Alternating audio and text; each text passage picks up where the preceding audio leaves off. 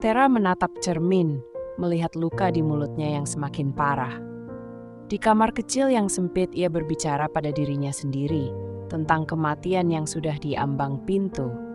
Tapi ia belum bisa pergi. Masih ada dua alasan ia harus tetap bertahan. Adik-adiknya Raka dan Lila.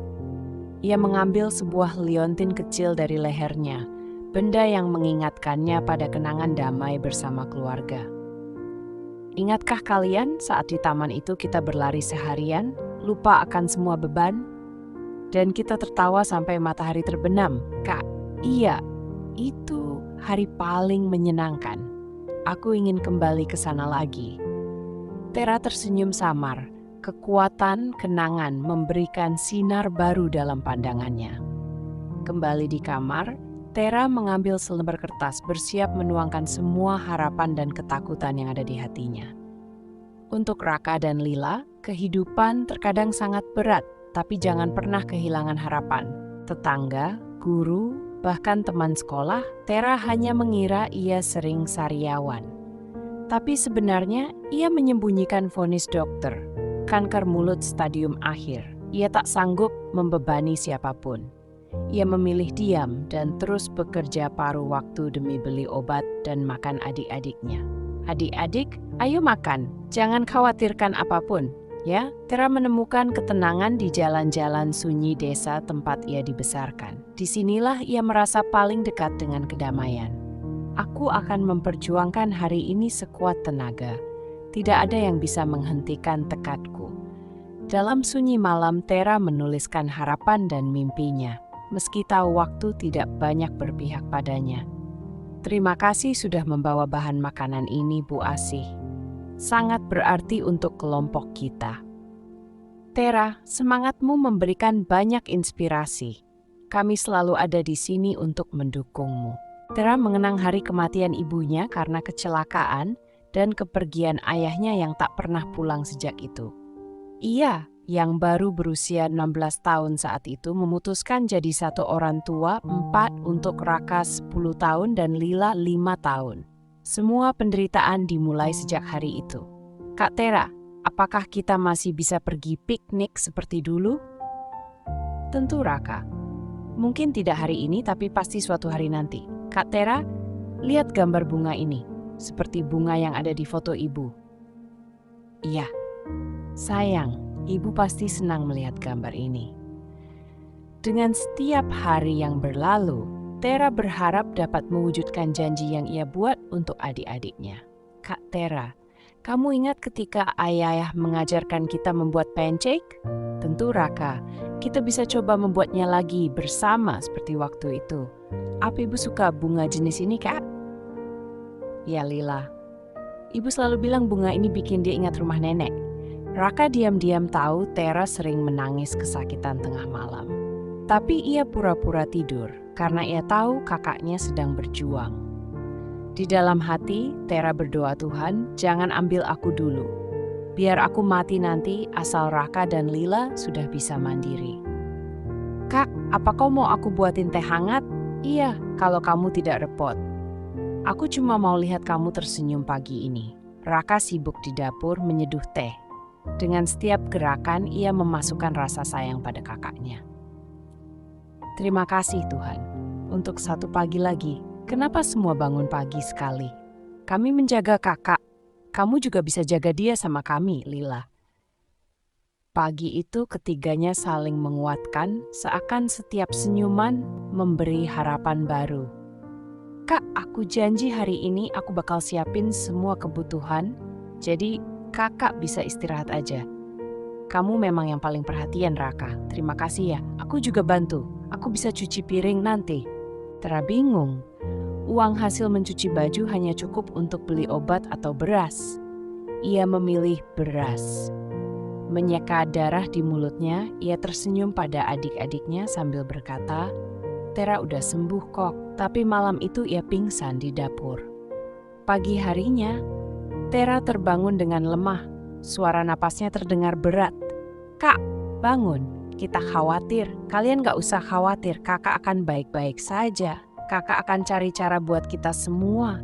Dengan semangat yang masih tersisa, Tera merangkul adik-adiknya erat, berjanji dalam hati untuk bertahan demi mereka. Kak Tera, kita harus bagaimana sekarang? Kita harus saling dukung. Mulai dari mencari cara untuk menambah penghasilan. Aku bisa bantu Kak Tera dengan lebih giat belajar supaya nanti bisa bantu cari kerja. Kalian hebat. Bersama, kita bisa lewati ini. Kak Tera dan adik-adiknya membuahkan harapan baru. Membuka lembaran hidup yang lebih baik. Setelah pingsan, Tera dibawa ke rumah sakit oleh guru sekolahnya. Kanker sudah menyebar dan hidup Tera tinggal hitungan bulan, kata dokter dengan serius. Raka mendengar percakapan itu diam-diam. Apa yang bisa kita lakukan untuk membuat hidupnya lebih nyaman? Guru bertanya dengan penuh kekhawatiran. Dokter menjawab dengan lembut, pastikan dia dikelilingi oleh orang-orang yang mencintainya. Itu yang terpenting sekarang. Raka berkata dengan tekad, aku tidak akan membiarkanmu melalui ini sendirian, Tera. Raka menggenggam tangan Tera yang lemah, berjanji akan selalu ada di sisinya. Guru berkata dengan lembut, kamu tahu Tera, kelas seni kita membuat ini untukmu. Guru membuka halaman pertama, menunjukkan foto Tera saat melukis di sekolah. Guru berkata dengan hangat, kami ingin kamu tahu betapa pentingnya kamu bagi kami. Sejak saat itu Raka berubah. Ia mulai bangun lebih pagi, mengantar Lila ke sekolah dan mencuci piring. Ia tahu sebentar lagi Tera akan pergi. Tera memperhatikan perubahan itu dengan haru. Maaf, kakak belum sempat melihat kalian besar. Meninggalkan rumah ini akan berat, tapi hati kecilku tenang mengetahui Raka sudah berubah. Tenang saja. Kakak, kami di sini akan baik-baik saja. Aku tahu. Kadang perubahan datang dari hal-hal kecil, kan? Cahaya senja menutup buku hari itu. Dengan Raka, Tera, dan Lila merasakan kedekatan yang hangat dalam setiap tawa dan kebisuan. Tera, lihat gambar yang kubuat untukmu. Wow, Lila, ini indah sekali. Kamu sangat berbakat. Aku akan selalu mengingat ini. Ingat waktu kita sering masak sama-sama, Kak?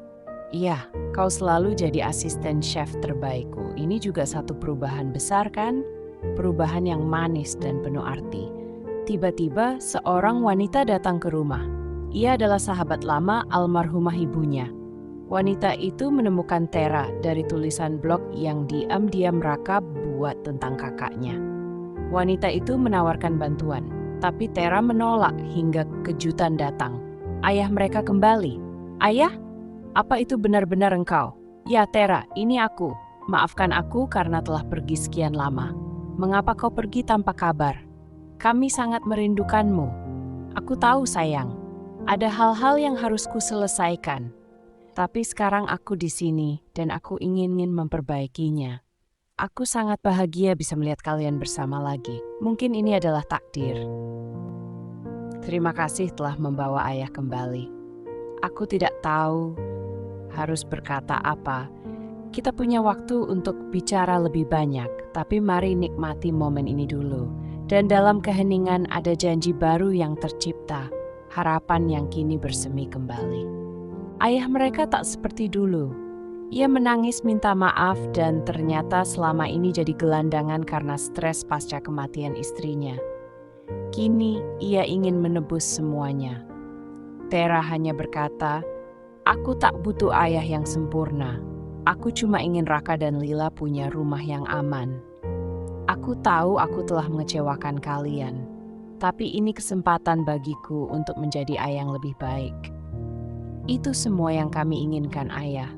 Rumah ini bisa jadi awal baru bagi kita semua. Kami memaafkanmu, ayah. Hari itu, Tera merekam pesan terakhir, dan malamnya ia meninggal dalam tidur. Tapi senyumnya tenang. Video terakhirnya diputar di pemakaman kecil itu. Jaga Lila. Jangan nakal Raka, kakak sudah tenang. Tapi cinta kak tak akan pernah pergi. Aku janji kak, kami akan baik saja. Terima kasih sudah mencintai kami. Maaf ya kakak. Aku janji akan jaga Lila.